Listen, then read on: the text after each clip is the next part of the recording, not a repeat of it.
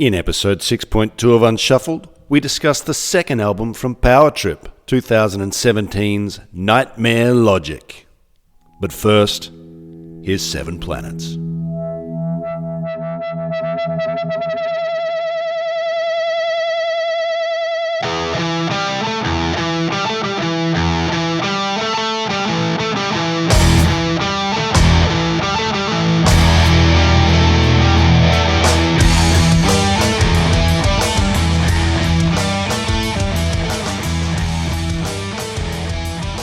Scotty D. Bartholomew. Welcome to you and welcome to all our listeners all around the world, our growing audience, the revolution, the Unshuffled revolution. You're a big part of it, listeners, and thank you for joining us once again. Now, Scott, we enjoyed the last album from our current band, Power Trip, Texas Thrashers from the 2010s. But we had a very big question mark or sort of caveat hanging over the last album, and that was the production. So we both agreed, brilliant riffs, super metal album and some great songs on it. But that production left us with a bit of a sour taste. So tell me, when you put this one on, what were your first thoughts on hearing the production in particular on today's album, which is called Nightmare Logic? I think the drums came through more clearly, and I think that was part of the frustration for me listening to the last one, is I felt like the drums were just muddy deep in the mire of the mix. And the vocals, it sounded like he was, being recorded from a different room. And I feel like that sort of, at least the mixing has brought everything together more clearly. There's still that intentional muddiness that every now and then, like the guitar solo will just kind of break out of, which I guess, I don't know. I guess that's what they were going for. That's what they wanted. Yeah. When I first put this on, I was immediately much happier with the production. And again, it was the drums for me that made me happier and sort of let me down on the last album. I don't mind the reverb on the vocals so much. That seems to have dialed down a little bit. But for me, I just wanted to hear those drums. And you could hear it. The kick drum came through much stronger straight from the opening track. And also the cymbals. We didn't talk about the cymbals much, but they got lost last album too. But now you can hear much more detail in the cymbal work on this album. So I was happy from the start. But we better introduce the album. So that's your job. So tell us all about the album we're doing, and then we'll get into the track by track on this one. So this is Nightmare Logic, which is going to, as of now, is the final album from Power Trip. And I'm sure we're going to have to, at some point, we're going to have to get into that. But it was released on February 24th, 2017, 3.5 years after the first album, which seems like a long time for a new band, right? The first album and then 3.5 years between the first album and the second album. So I'm curious about what happened there, and it might have just been touring, to be honest. Yeah. Well, the first album was a long time after they'd formed. Like, they'd been around a long time before their first full length. So yeah. They didn't rush to get that one out either. Producer Arthur Risk, same as Manifest Decimation. Recorded at Creep Records in Philadelphia and the Echo Lab in Argyle, which I think is similar. Nope. They were both recorded in the same city, different studios. The lineup has not changed. Riley Gale vocals, Blake Ibanez on lead guitars, Nick Stewart rhythm guitars, Chris Wetzel on bass, Chris Ulsh on drums, although we are going to get a little bit of Chris Ulsh on lead guitar. And so, yeah, and then even the artwork is Paolo Girardi. Yeah, the madman. The madman himself. So I guess if it ain't broke, et cetera, et cetera. Yeah, there's a lot of common elements between this and the last one. Yeah, including the producer, but some changes, as we said, to the production itself. We don't get our the previous what was her name? The one who worked with Abrams. Samantha Muljat. No. Yeah, we don't get her input on the cover. We do get the Madman's cover artwork, which is, wow, it's I guess a haunting image. What are your thoughts on the artwork? It is. I struggled, and I don't know if it was my old man eyes or what, but I struggled to make sense of the last album cover. This one, I was able to at least. I just looking at it, I don't know. I felt that yes, it's absolutely haunting, but I was able to make more sense of it. I feel like I was able to more appreciate this album cover than the last one. Yeah, I mean, I would describe it as a kind of dystopian scene, or like the ashes of an empire, the crumbling buildings with a skull type thing lying in the middle of it all. Interesting palette, very much pastels, and yeah, I mean, very dark, but not blacks and reds. It's sort of greys and pinks and sort of blues. Oh, see, that's interesting. I think that it's interesting that you said because originally I had not thought about sort of the dystopian decimated city for whatever my view was like an overgrown cemetery. Oh yeah, Just kind of an okay. overgrown cemetery on a misty, rainy day, and then there's like that sort of superimposed skull or face coming out of the middle of it. Yeah, I can see that too. I don't know, maybe a mix of both. Yeah. The CD comes with, so we get a nice jewel case.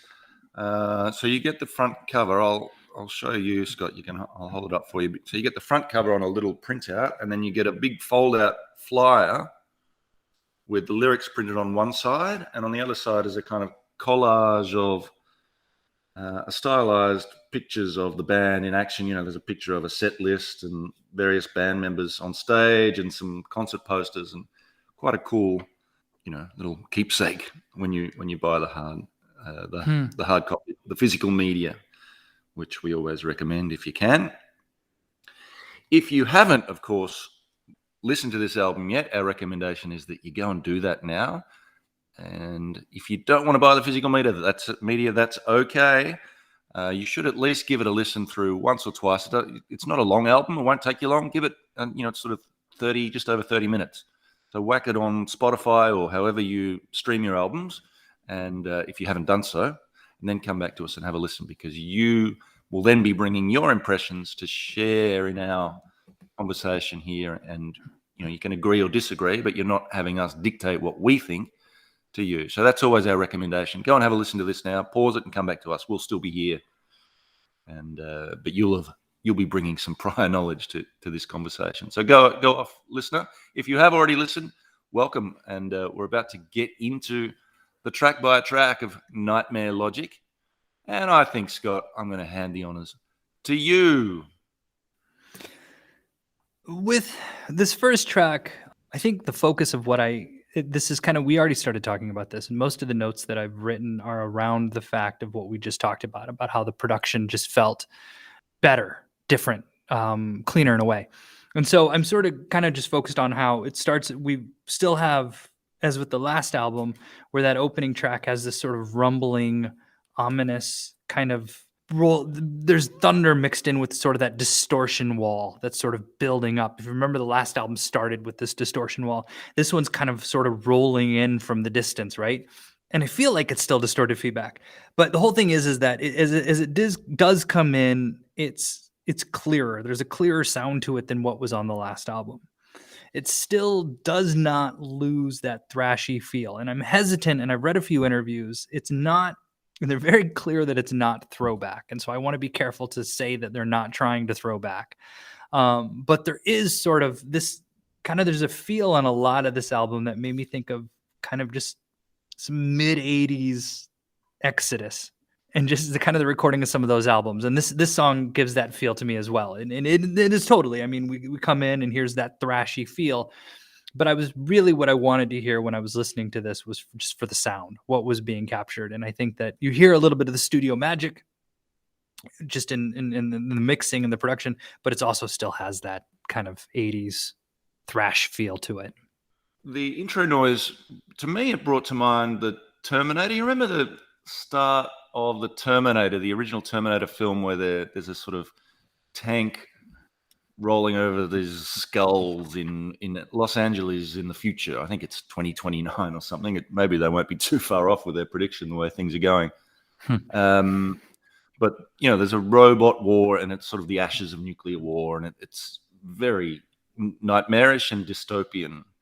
And the sound effects throughout the Terminator was similar to a lot of the sound effects I heard on this album at various times. So there was a big Terminator feel for me in some of those noises between tracks and to open and close the album. The production, yes, it was the first thing that stood out to me too. And I was just so glad to hear a nice, punchy kick drum and some audible, discernible cymbal work. So I thought the drums sounded great on this album. Musically, this for opening song, Soul Sacrifice, reminded me very much of Obituary. I don't know if you picked up on that, but there's a riff on this that sounds very similar to one of the songs off Cause of Death by Obituary. Not just the riff, though, but also the clang of that ride cymbal and the sort of howly sound in the guitar solos really reminded me of Obituary. And, you know, they were another Tampa, Scott Burns, Morrisound band. And I had a few Morrisound vibes off the last album. And you know, this brought that whole era back to me very much so. A bit of a slower riff for them. It was quite a mid-tempo, sort of ponderous opening riff. You know, slow riff, fast bit, slow riff is the structure here. So A-B-A. I really like the pick slide that takes us back to the second slower bit. So the way they take us from the fast bit back to that opening riff is very satisfying. Yeah, look, I enjoyed the song. It was, you know, I love Obituary, so I was happy to be reminded of them, and the production was so good that I enjoyed it. And I do tend to like a slow, stompy riff, as you know. So this one ticked that box for me. The lyrics I didn't think were overly interesting, something about revenge or something like that. But musically, I enjoyed it, and it did bring to mind one of my favorite bands. So I was happy with that. Bit of a surprise. I hadn't picked up any Obituary on their previous album, and this was the last time really I had that feel on this album. The second track is called Executioner's Tax. It's the biggest hit off this album. It's the one they made a film clip for. It's one they played at every live show. Very accessible song, a big, swinging, catchy riff, similar to Crossbreaker off the previous album in that way. This would be a huge live song. The film clip we'll link to in the show notes has shots of video footage of war and death and destruction. And lyrically, I think that's what I got from it. I've read different interpretations of the lyrics here. To me, it's a dance macabre, a sort of celebration or a almost mocking of death, and which at the time I probably wouldn't have thought much on. But given that Riley Gale has since died, you know, the lyrics now seem more meaningful, more poignant than they may have at the time.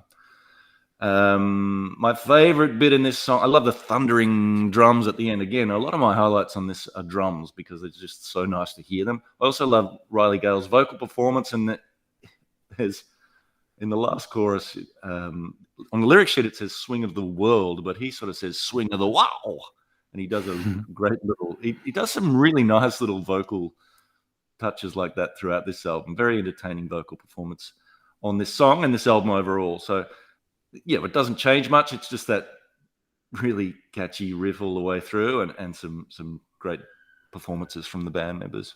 Enjoyed the song. Can see why this would be huge live. Yeah, this was actually the song that where I first started. Oh, it's like, okay, now that the drums are clearly coming through more, we're gonna hear more drum work on this one than we had before. But the riff is contagious. The chorus is contagious. Sort of the backing vocals. The reverb is dialed down a bit on this, and this was the song where I kept coming back to this and thinking that everything I've read suggests that this band was just phenomenal to see live, right? That was when you captured this band and their true element was live. And I started thinking about it, and I was wondering, like, I feel like, so sometimes when you listen to an album and you kind of have that sort of that emotional, I don't know how to describe it, but there's kind of that emotional outlet that comes out through listening to a band. And sometimes you feel like it should be there, but it's not quite happening. And I feel like with that's the feeling I got listening to this album, that it was just, I got the sense that if you saw them live, if you were part of the whole thing, and even in the footage that you see, and I think there's a live recording of this song where it's almost like you can see Riley Gale almost even orchestrating or directing the audience, right? Even the way that they're kind of moving, and sort of this whole, you get this sense that there was sort of this feeling that overcame the whole, right? And I get the sense with this song, but I don't feel like, I don't know, I don't feel like the emotional release comes through in the recording in the way that it does in sort of the live versions that I'm listening to, or that I heard, that I listened to while I was kind of looking back and forth. And I felt that with this song, that it's almost like the recording that is on this album was somewhat muted, if that makes sense, to what it could have been, or what I had heard sort of in some of the live recordings. Which then leads us straight into Firing Squad. And from that, we kind of, he comes up with this punishing double bass, and the drums in it, the constant assault of the drums start to finish sort of reminded me of early Gojira, something kind of maybe off their first album. Remember we were talking in early Gojira where we were like, all right, take a breath. And it was after he'd done this for like 2 albums straight. Here we get that from, and I was so excited to hear it again. And it was just sort of like this wall of drums in the first part, but then it does tone down, and there are tempo shifts that happen within the song, and the drums do appropriately match those. But I did enjoy the kind of that wall of just rhythm that just comes out at you from the beginning. Yeah, it's certainly a manic song, probably the most manic song from the 2 albums. Really fast. I do like that chuggy bit in the middle, and the way that Riley Gale brings it in with an all right, like Kill 'Em All era, reminded me of Hetfield around then. The riff actually reminded me of Morbid Angel, so again another death metal influence. So it's not just thrash, but I think there's a little bit of death metal touching at times on this album. They did play this live. I mean, incredibly, it sounds so difficult to play, but it's just so fast. And some great solos to finish. Really great metal song, and does a lot very quickly, this song. It's very technically difficult to play, I would imagine. As I turn my page, we're already up to track 4. It's the title track and the end of side A. There's 8 songs on this album, as there was on the first album. So 4 on side A, 4 on side B. The 4th song is called Nightmare Logic, the title track. This one, again, brought to mind Metallica for me. This one, the song here was Disposable Heroes. The riff in this was, that sort of, I can't even think of the riff, but very similar to that one-note, gallopy, disposable riff, the Disposable Hero riff. A real chugger of a song, sort of industrial, mechanical feel to the riff. Great speed and precision in that. Look, I'm not a guitarist, but, to be able to play those notes quickly and get those rhythms spot on every time, I think there's a real art to that. Even if you're not moving the notes around, just get those rhythms down with such precision was really impressive. And there's also some sort of howling guitars throughout the song, not just the solos, but these cool howly guitar sounds that are great. If I had to pick a theme, I think there's slightly different themes on side A of this album compared to side B. Side A, I would summarize the theme as the world is screwed, like we're stuffed. This one talks about, I guess we're starting to hear a little bit about revolution on this song, and about the downtrodden rising up against their oppressors. So, they talk about their demise, they're talking about the people who run the world. This is, their spite for us is their demise. And then another little whack to finish off that bit. But another interesting song lyrically, but I enjoyed it. A real sort of chugging, mechanical rhythmic song, and I enjoyed it very much. It's interesting what you said about the lyrics, because I'll get into that more later. Where I agree. Where I think that there is a lyrical shift from side A to side B, and I don't know if that was intentional or if that was just the way that I heard it. There is more of a theme of, I don't know, maybe even hypocrisy on side B that I think I picked up on more than I heard on side A. But with regards to this song, I think if you're going to take a shot on anything I say, I'm realizing now as I'm looking back through my notes, it's Wall of Noise, because I'm hearing it again, and it's this starts again with this wall of noise, and the guitar, I assume Ibanez, is sort of sliding up and down the neck, almost just kind of cutting through this noise, right? That's kind of what comes through, and that's what you hear clearer with more precision. And then it gives into that driving rhythm, which I had also marked Disposable Heroes as well.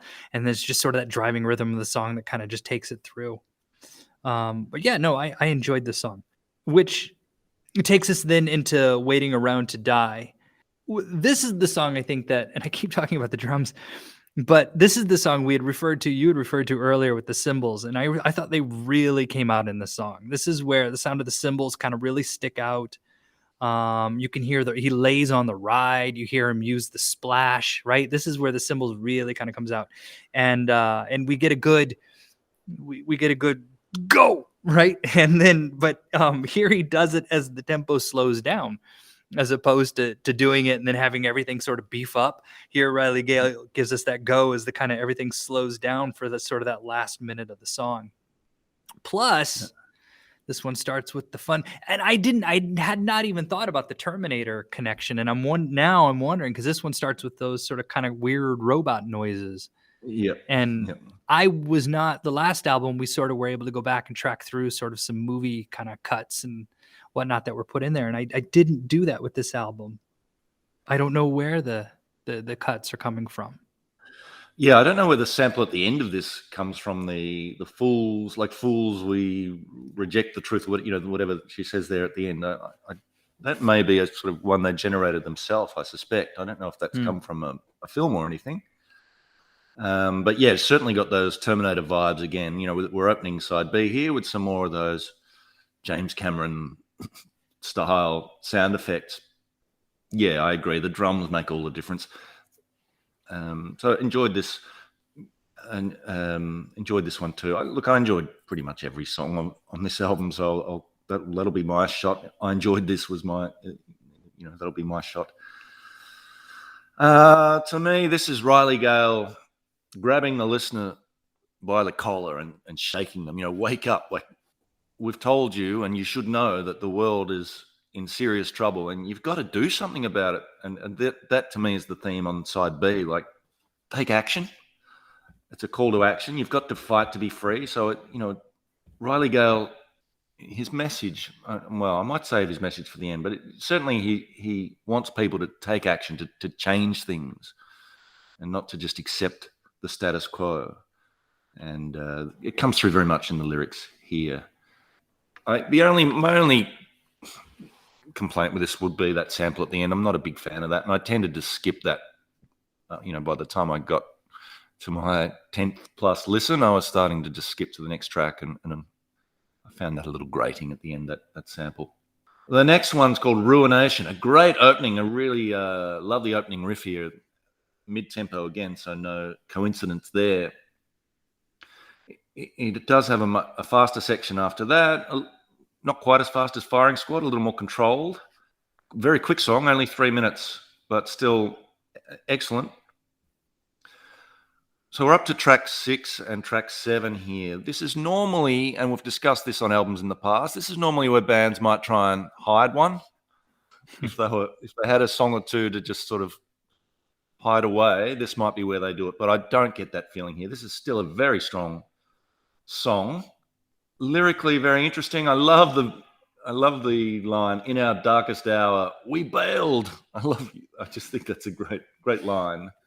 And I also, one of the lyrics is, "We have no mouths and we must scream," which is a reference, I think, to a dystopian short story, a science fiction story by Harlan Ellison, which well, I'll link to the Wikipedia page for that. Well worth a read, and it's sort of post-apocalyptic again, so it fits in with that Terminator vibe on the rest of the album. So we know that Riley Gale was very well read and drew on a lot of his reading when he was writing his lyrics. So I suspect that may have been an influence in this song and more generally on this album, that dystopian, nightmarish feel. So this is the moment in the album where I started, and I don't know. I have no idea where their political leanings are. I don't know about any of that, but I do know that they're from Texas. I do know that when this album would have been written was when things in the U.S. were sort of undergoing a change in the political climate. And to put it mildly, and Texas was really kind of at the forefront of that, right? Yeah. And I can see where if you were more liberally minded, which I suspect just from some of the things that I've read about this band, it was a bit of a shock to kind of watch where this was going. And maybe I'm just sort of relaying my own thoughts of what was happening politically and globally at that point in time, especially kind of with the American government system. But this idea of, I really started this album, the next three songs really started to make me think that his influences were sort of political and of the moment. And the idea that we tried, we failed, this playing on ruination, this ruined nation. And then, watching, and then the reference, watching the whole world burn, we have no mouths and we must scream. And so I started to kind of get a political feel from the last sort of three tracks. And I kind of talked about this on the last album too, where there were those elements at play there. And if we look at thrash of when it, in the early 80s, it was also, there was a direct influence of what was happening politically, right? And so that was kind of a response to that. And I'm seeing elements of that here too, especially as I said, kind of in these last three tracks. The opening has a bit of a kind of that live performance again, a bit of a, sort of hands in the air, kind of dun, dun, dun, dun, dun, right? Kind of even sort of not For Whom the Bell Tolls. I don't know why that went into my head, but no, just I had kind the of same. I thought For Whom the Bell Tolls too in that mid-tempo part opening. Yeah, for sure. And the song feels quick and abrupt. I don't know that it is. I went back and listened to it multiple times trying to think, why do I think this? And I think it's because there's multiple parts in the song, and that intro is just so long that it makes the song feel, I mean, it is only 3 minutes and 11 seconds, so I guess it is quick, but it feels kind of abrupt, and the parts don't really ever have time to play out, but everything moves so quickly. And I think that's probably, I mean, clearly that's intentional. Which takes us into If Not Us, Then Who, track 7. And the reverb's brought back on the backing vocals of this one. So we got a little bit of that, which was fine. Not quite as abused as it was on the first album. This is the one, I think this is the song where as I was listening to it, where I felt like this sort of had that old school kind of Exodus feel to it. I like the middle bit of the song where the guitar is just sort of, furiously strumming away to rests and breaks within the rhythm. There was kind of the way that those two juxtapose each other, the way that the rhythm's moving and then the guitar. And Chris Ulsh, who the drummer, plays lead guitar on this song. I'm not sure what to do with that information. I'm not sure if he's the only lead. I suppose they're going back and forth, Blake Ibanez and Chris Ulsh, or maybe Chris Ulsh just gets one spot. I don't really know what that means to say that he also plays lead on the song. Quite a catchy song. The last minute and a half, it's that outro where you've got the music gradually being overtaken by the sound effects. That reminded me of Metal Militia. So another, the way that Metal Militia ends off Kill 'Em All, where the marching slowly overtakes the music. It kind of reminded me of that technique. Really enjoyed the song. Very rousing song, this one. This is actually my favorite song off the album. I haven't heard which one is your favorite on the album yet. It was this one, actually. I meant to say that. Oh, okay, good. Not just for the music, but the lyrics to me, I think now apparently these lyrics reference a civil rights activist. I couldn't find the quote or the speech, but it's mentioned in the LA Times article, which we'll link to in the show notes. I think there's a great message in this song. This is one that I'd like, my students at school to hear, and the people of our generation. Like, everyone needs to hear it. If not us, then who? Like, such a great message and a call to action. Who's going to fix this?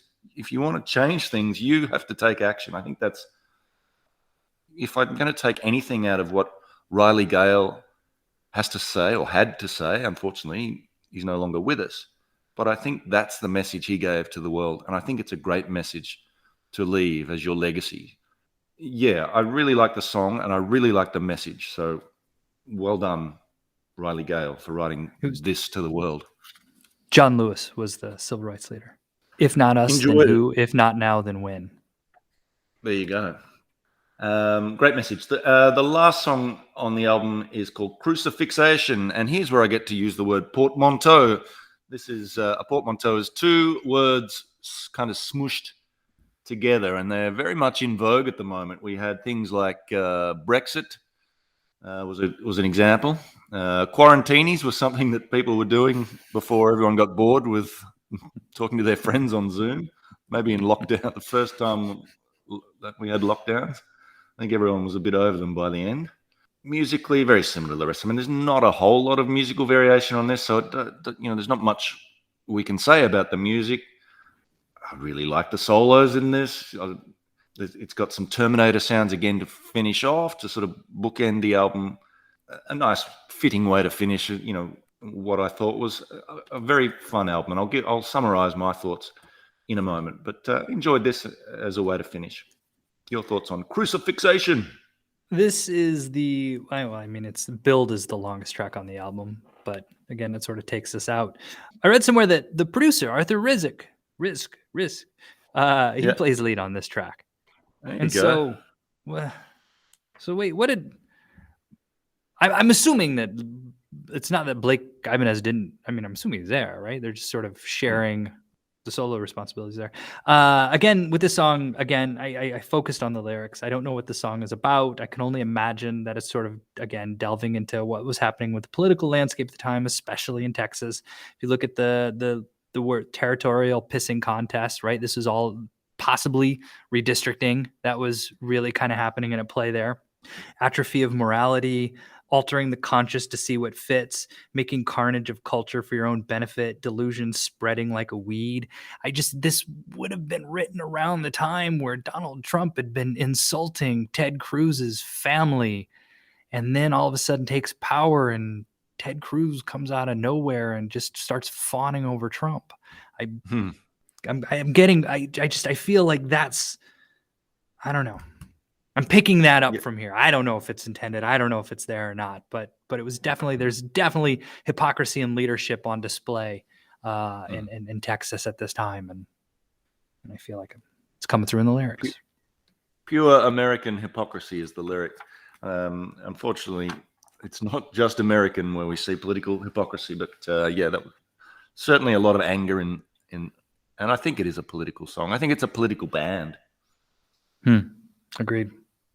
And let's hear about your overall thoughts on the album. I'm detecting some hesitancy in sort of ranking this up there with the best we've listened to.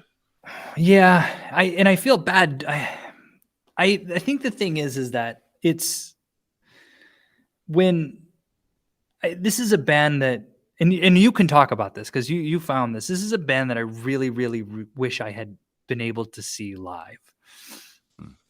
And I feel like there's just sort of this emotional, and I think I kind of already alluded to it. There was sort of an emotional output that, from what I gather and have seen on YouTube, that is sort of the music kind of releases when you see it live, that I felt like I wanted to feel it when I was listening to it, and I wasn't there. I don't know. I like the album. I like the album. I'm not trying to say that I didn't, but I do feel like this is one of those bands that I don't know how much I'm going to come back to listening to them on my own. I don't know that how much the album sort of fits into free time listening for me. But I feel like the live experience of this band with Riley Gale at the helm, because I feel like he seems, from what I can tell, that is part of an orchestrator of that. And tragically, that is an opportunity I will never have as as Riley Gale did pass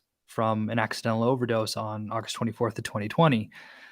And so that's my thought on the album. I do like this one better than the other one. I feel like this is sort of a situation where it was leading up to this album. I felt I was really kind of hyped up with what I was going to hear based on sort of what I've been reading. And I kind of, as I was listening to it, part of me was left thinking, oh, wait, it was the live experience. That was when you got the real sense of who Power Trip was, I imagine. Yeah. Yeah, I agree that it's a shame we never got to see them live. They did play in Jakarta when we were living there, but we missed them at the time. It was on Valentine's Day, actually, so we could have taken our wives to see them. I'm sure they would have loved it. To me, look, I really did enjoy this album, and the production allowed me to enjoy it more than the first one, Manifest Decimation. I'd love to hear that first one remastered, re-engineered using the same techniques they used on this one. I think that was also a missed opportunity. There's no fat on this album. It's very lean. All the songs are, there's 8 songs, 4 on side A, 4 on side B. I like that, actually. A very traditional structure to this album. They're all around the 4-minute mark. There's no long song. There's no instrumental. There's certainly no ballad. There's no bass solo. No, I wouldn't have minded something like that at some point.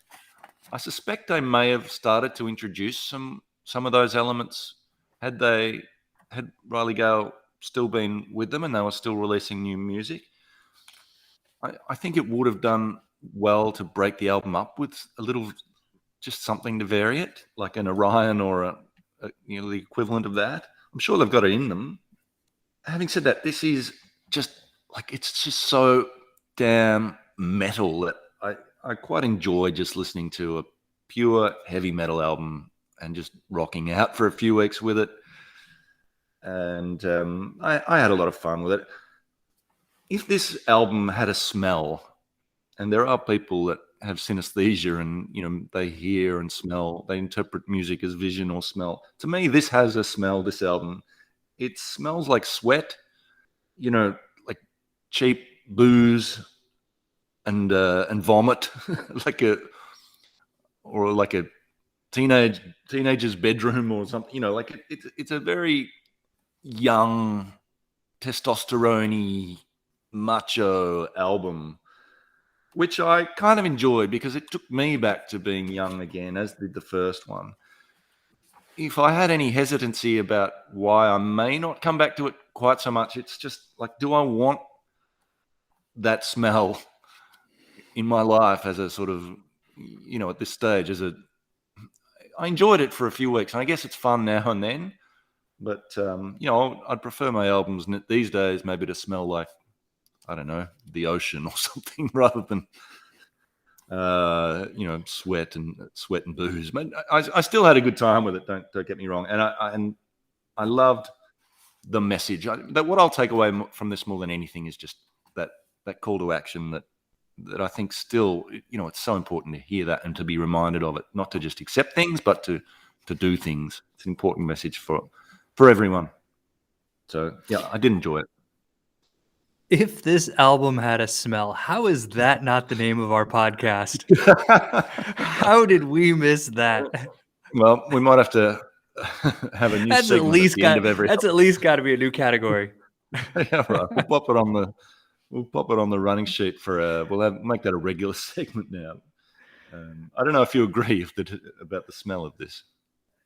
I had never thought about it, but yeah, absolutely. It smells like a mosh pit. Yeah. It sure does.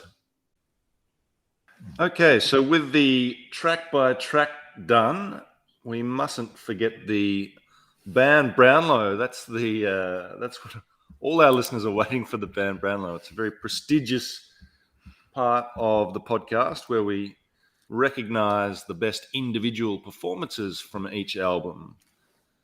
So, with that said, Scott, have you got yours ready? We give 3 votes for the best performance, 2 for the second best, and 1 for the third best. So give us your Give us your votes, please, Scott. So my 3 votes, I think I'm going. They're gonna have to go. My 1 vote is where I'm gonna start with this. Yeah, third best. My 3rd best.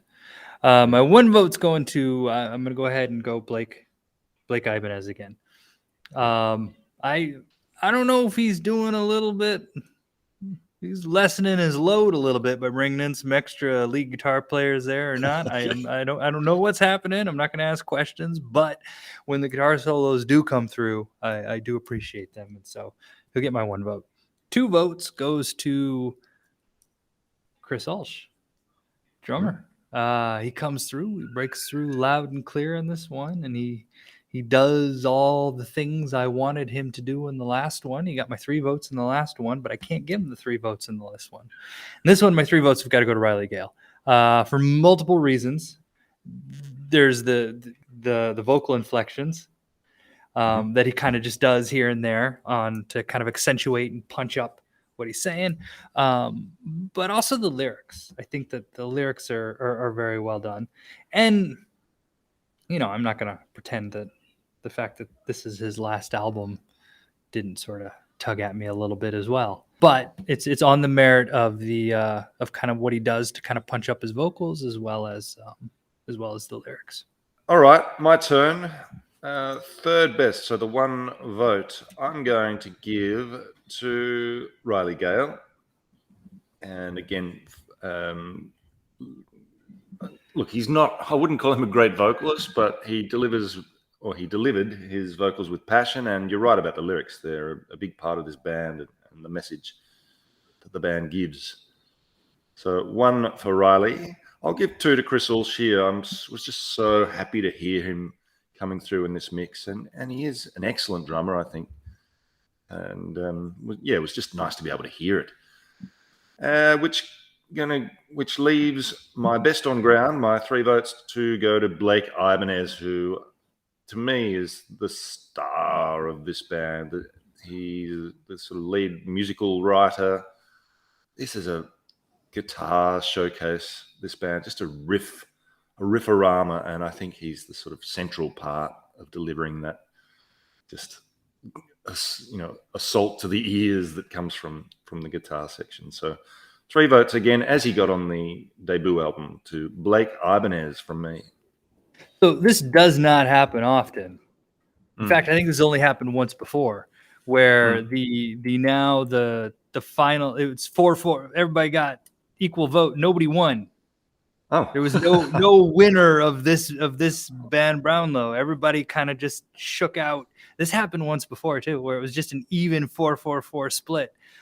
But we do have a winner of our Power Trip band Brownlow overall. I know that this is what keeps them coming, the listeners coming back. And the winner is Blake Ibanez. Oh, nice. Okay. Thanks to me. I just kept giving him votes. And, let's hope there's another album at some point in the future. Now, hopefully, there is another interview with the band. It sounds like they are going to hopefully push on. Riley Gale was clearly a huge creative driver of this band. He wrote the lyrics. He was the front man, the sort of charismatic interviewee.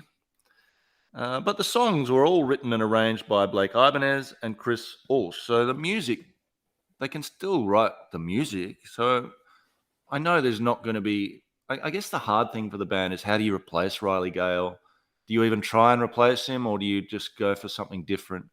I think they've got such a name for themselves in metal circles now that would not be a difficult spot to fill, and you'd be able to get someone talented. It's just a matter of who's going to mesh with the band and carry on the message and the legacy of Riley Gale and do his memory justice as the frontman of Power Trip. And that's always the discussion, isn't it? Whether it's, Van Halen, Iron Maiden, AC/DC, the idea that, are you supposed to change the name? But branding is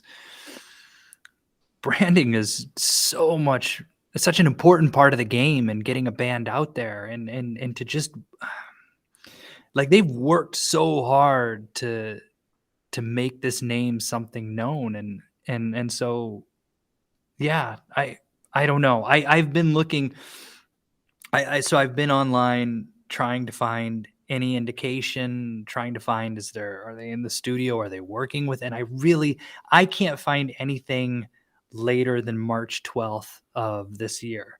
They were up for a Grammy nomination, I think for Executioner's Tax. Actually, I think that they had remastered that or something, and that was up for a Grammy nomination.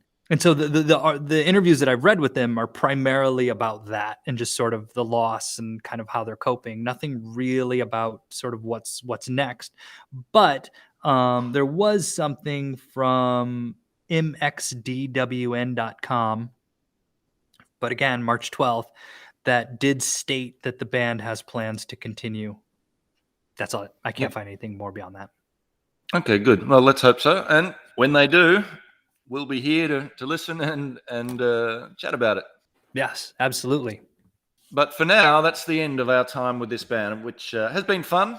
But, we've got Christmas coming up here. It's almost Christmas, and we've got a new band for the festive season. So we're going to have a pretty reckless Christmas this year.